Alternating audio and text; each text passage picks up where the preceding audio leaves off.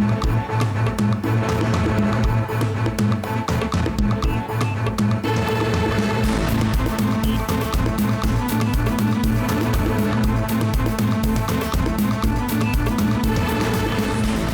est 19h50, bonsoir à tous et bienvenue. Voici l'essentiel de l'actualité de ce vendredi.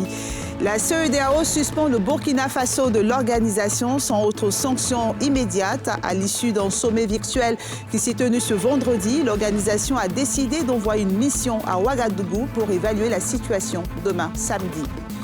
Les greffiers ne décolèrent pas en grève depuis hier jeudi. Ils dénoncent la réquisition des commissaires de justice par les procureurs généraux près les cours d'appel. Ils plaident pour une prise en main du dossier par le Premier ministre. Et puis, il sera question de rallye dans ce journal. Les amoureux du sport automobile se retrouveront du 25 au 27 février pour la 48e édition du traditionnel rallye Bondama. Les dirigeants de la fédération étaient face à la presse aujourd'hui. On commence avec ce sommet virtuel de la CEDEAO. Le Burkina Faso est suspendu de l'organisation. Le sommet virtuel a décidé de l'envoi samedi à Ouagadougou d'une mission des chefs d'état-major des armées pour évaluer la situation. Pierre Dipomelin. Sommet extraordinaire de la CEDEAO sur la situation politique au Burkina Faso. Un sommet d'urgence par visioconférence auquel le président de la République Alassane Ouattara prend part au palais de la présidence. Intervenant à l'ouverture du sommet, le président ghanéen Nana Addo Akufo, président en exercice de la conférence des chefs d'État et de gouvernement de la CEDEAO, a dépeint une situation politique de la sous-région détériorée par 3 coups d'État en 18 mois, dont le dernier qui fait l'objet de ce sommet est le renversement de Roch Christian Kaboré au Burkina Faso. Le sommet extraordinaire a décidé de l'envoi d'une mission d'évaluation dès demain samedi dans la capitale. Des discussions avec la junte vont être engagées. Objectif, créer les conditions de retour à un pouvoir civil. Le coup d'État au Burkina Faso est intervenu dans un contexte sécuritaire fortement dégradé, entraînant de fortes tensions sociopolitiques. Les attaques terroristes depuis 2015 ont entraîné des conséquences humanitaires, notamment le déplacement massif des populations, le départ des structures et institutions de l'État de certaines zones du pays. Résultat des courses, près de 1,6 million de personnes déplacées, dont 70% avaient moins de 18 ans. Le pays comptait également 2700 écoles et 135 structures sanitaires fermées. Selon Jean-Claude Brou, le président de la commission de la CEDEAO, qui a par ailleurs indiqué que la situation sécuritaire s'était fortement dégradée ces dernières semaines, avec la mort le 14 novembre 2021 de 49 gendarmes et de 4 civils lors d'une attaque terroriste à l'intérieur du pays. Au terme de la cérémonie d'ouverture, les chefs d'État et de gouvernement ont eu une session d'échange à huis clos. En grève depuis hier jeudi, les greffiers ne décolèrent toujours pas. Ils dénoncent la réquisition des commissaires de justice par les procureurs généraux après les cours d'appel. Cette mesure permet d'éviter la paralysie des services judiciaires, mais les grévistes la considèrent comme un moyen de contournement de leurs revendications. Ils en appellent au Premier ministre dans ce reportage de Tiémé Dondje et d'Eric Kimou. Les services de justice, en dépit de la grève des greffiers, n'ont pas fermé leurs portes. Au cœur de cette non-paralysie, la réquisition des commissariats de justice pour pallier l'absence des grévistes. Une mesure qui mécontente les concernés. Face à la presse, le syndicat récrimine. Quand un greffier a un intérêt dans une procédure, il ne siège pas à cette audience. Même le juge, quand il a un intérêt dans une procédure, il ne peut pas siéger à cette audience. Mais lui, commissaire de justice, il a un intérêt déjà depuis le départ avec son client. Et il va venir siéger à l'audience. Sacrilège de droit. Et il va l'exécuter à la fin. Est-ce que dans l'entendement du petit juriste que nous sommes, est-ce qu'on peut comprendre ça? Vous voyez le danger qui nous guette tous, parce qu'on veut manger du greffier, on fait du non-droit. En grève depuis 24 heures, les greffiers réclament la signature de leurs arrêtés d'avancement, la réforme de leur statut et l'élargissement de l'assiette de fonds des greffes. Sur le pied de guerre, pour faire aboutir ces revendications, ils disent tourner le regard vers le président de la République et le Premier ministre. Nous, greffiers de Côte d'Ivoire, on en appelle vraiment à l'intervention du Premier ministre, et mieux, au surplus, à l'intervention du Président de la République, qui a beaucoup à faire. Mais le greffier lui le supplie qu'il y ait un souci au ministère de la Justice et qu'il veuille bien regarder cette question-là et qu'il prenne main et que rapidement ces questions-là soient derrière nous pour qu'on avance pour le meilleur pour la justice ivoirienne. Contactés pour des éclairages sur la question, les services du garde des Sceaux, qui ont requis l'anonymat, font savoir que les arrêtés d'avancement ont bel et bien été signés et que la lenteur dans le paiement des effets financiers relève de la solde. Une version que les grévistes réfutent, donnant lieu à un dialogue des sourds entre les parties, préjudiciable aux justiciables. C'est désormais en ligne que se feront les opérations liées au paiement de la taxe sur la consommation. La Direction générale des impôts a décidé de digitaliser des services de fiscalité. Le lancement de l'administration digitalisée de la TVA a eu lieu aujourd'hui en présence de Nadia Ida et Darwin Zeba. 1 et 0. Le compte à rebours pour l'administration digitalisée de la TVA est lancé. À partir de ce 1er février 2022, toute la chaîne de gestion de la taxe à valeur ajoutée TVA, en allant de la déclaration au contrôle fiscal, se fera de manière automatisée. Les entreprises devront donc faire leur déclaration uniquement sur le portail en ligne e-impôt selon les conditions légales. Le non-respect des conditions prescrites par la loi pour exercer le droit à déduction entraînera ipso facto le rejet de la taxe indûment déduite. Et là, ce n'est pas le directeur général des impôts à qui il faudra en vouloir. C'est la machine qui dira que l'exercice du droit de déduction n'est pas conforme à la loi. Cette réforme vise à accroître la bonne gouvernance et améliorer les services aux contribuables. Pour le ministre de tutelle, la bonne mise en œuvre de ce nouveau système est impérative. Les implications de cette taxe vont au-delà des simples considérations fiscales pour toucher l'environnement des affaires en Côte d'Ivoire. Il était donc urgent pour nous de mettre en place une administration digitalisée de la TVA qui sécurise les entreprises et leurs opérations en Côte d'Ivoire. J'invite donc tous les acteurs à s'approprier ce nouveau système et à ne pas hésiter à nous proposer des pistes d'amélioration dans le sens du renforcement de la performance de la TVA.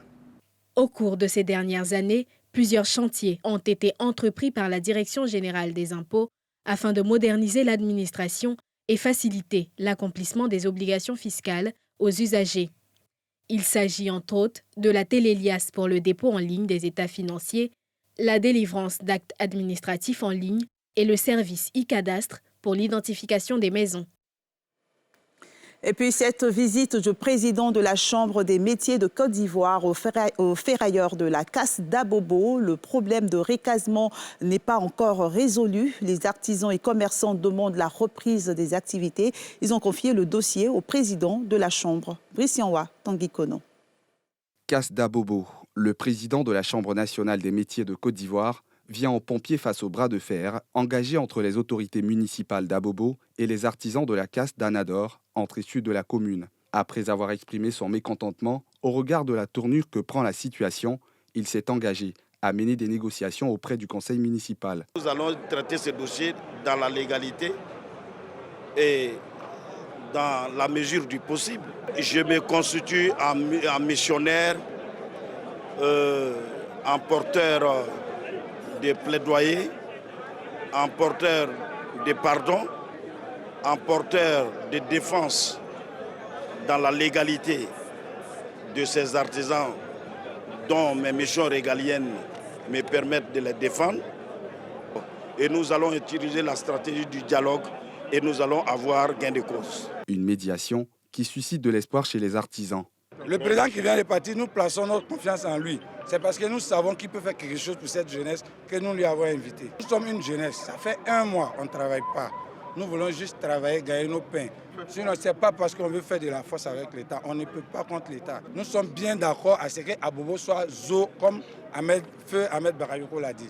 Déguerpi en début janvier, la relocalisation des artisans de la casse d'Abobo Anador, notamment commerçants de pièces détachées, ferrailleurs et mécaniciens au nouveau site de Ndotré, pose problème. Les déguerpis dénoncent une insuffisance des magasins devant les accueillir. Une note d'humour à présent, même plus encore la formation en humour et au métier de la scène. La première école de l'humour de Côte d'Ivoire a ouvert ses portes dans la commune de Bingerville. Fondée par l'humoriste Ramatoulaye DJ, cette école va contribuer à réaliser le vœu de ces jeunes talents qui rêvent de devenir des humoristes professionnels. Brissionwa, Eric Kimon. De ruban symbolique pour marquer l'ouverture officielle de l'Institut de formation à l'humour et au métier de la scène. Composée d'une salle de cours, d'une autre pour les formateurs et du fondateur, cette école permettra de transmettre l'amour du stand-up et les rudiments nécessaires aux plus jeunes afin de dynamiser l'art sur toutes ses facettes scéniques et promouvoir la culture ivoirienne. C'est l'humour qui m'a fait aujourd'hui. J'étais dans la musique et aujourd'hui je suis passé à l'humour. Et aujourd'hui, grâce à l'humour, j'arrive un peu partout dans le monde entier. Je me suis fait connaître grâce à l'humour, donc je suis tellement fier de moi.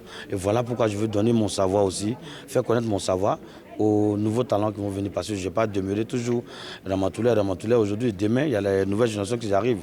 Donc voilà pourquoi on lui donne la chance. L'humour au stand-up, l'actorat, la danse traditionnelle, l'audiovisuel et l'art oratoire sont les cours dont bénéficieront les futurs apprenants, en présentiel tout comme en ligne. Un projet qui participera à l'insertion des jeunes et à l'industrialisation de la culture. L'industrie commence par la formation. Donc le ministère en charge de la culture est sensible à tout ce qui touche à la formation. Et c'est pourquoi justement Madame la ministre m'a dépêché ici afin que je puisse venir voir et apporter son soutien à Didier Ramatoulaye qui s'inscrit désormais en droite ligne du projet du gouvernement et de la feuille de route du ministère de la Culture.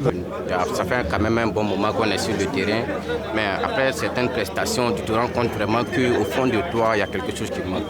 Voilà. Bon, bien vrai, on a suivi des formations, des conseils avec certains devanciers, mais ça ne suffit pas. Voilà, comme on le dit, on dit trop de vin ne gâte pas la sauce. Donc je pense que trop de formations aussi ne gâte pas la carrière. Et ça, là, vraiment, nous l'accueillons avec vraiment beaucoup de joie au cœur. Notons qu'il aura 2 sessions par an dans cet institut, à raison de 5 mois de cours par session. Et on referme ce journal avec du sport. La 48e édition du traditionnel rallye Bondama se tiendra du 24 au 27 février. Face à la presse ce vendredi après-midi, les responsables de la Fédération ivoirienne de sport automobile ont dressé le bilan de la saison écoulée et dévoilé les perspectives. Salif Yalekwe, Tanguy Konan. Les amoureux du sport automobile se retrouveront les 25, 26 et 27 février prochains à Yamoussoukro pour la 48e édition du rallye Bondama. La Fédération ivoirienne de sport automobile, au cours d'une rencontre avec les journalistes, a fait le bilan de la saison 2021 et annoncé les perspectives de 2022. Il va s'ouvrir par une spéciale de qualification le vendredi 25 à la Fondation Houphouët-Boigny. Donc cette spéciale de qualification ne va déterminer que l'ordre de départ de la course. Réglementation nouvelle. Celui qui sera premier pourra choisir son ordre de départ parmi les 5 positions de départ possibles. Le bilan sportif de la saison 2021, c'est un bilan positif. Nous avons quand même pu enregistrer 18 licenciés supplémentaires en compétition officielle sur les 2 catégories principales, 105 licenciés occasionnels en activité hors calendrier sur 2 activités également. La réalisation du projet pilote détection jeunes pilotes avec 65 jeunes Ivoiriens qui ont été formés de 9 à 14 ans sur 3 sessions de pilotage. Et enfin, la réalisation du projet e-rallye avec 2 compétitions en présentiel, ça veut dire sur site, et 2 compétitions en virtuel. Pour joindre l'utile à l'agréable, des actions sociales seront également menées par la FISA pour cette nouvelle saison. La FIA a lancé un programme, on va dire, lié aux activités environnementales pour la préservation de la planète il y a 6 ans, avec plusieurs projets qui ont été proposés. La FISA a décidé d'en sélectionner un, qui est un projet de planting d'arbres. Donc nous allons essayer de faire un petit peu à notre échelle du reboisement, dans la mesure du possible. Ça se fera par exemple au Bondama, celui-là, le 48e rallye du Bondama, pendant les sections de reconnaissance de pistes. Certaines graines d'arbres seront données aux équipages pour qu'ils puissent, selon leur gré, aux endroits qu'ils sembleront intéressants, replanter et peut-être, qui sait, demain, apporter un mieux-être dans ces différents villages que nous traversons. Cette présentation s'est faite en présence de la nouvelle génération de pilotes. La Fédération ivoirienne de sport automobile existe depuis 1970. Elle est dirigée par Alain Ambrosino. C'était le journal de la rédaction de NCI. Merci de votre fidélité. Très bon week-end et prenez soin de vous.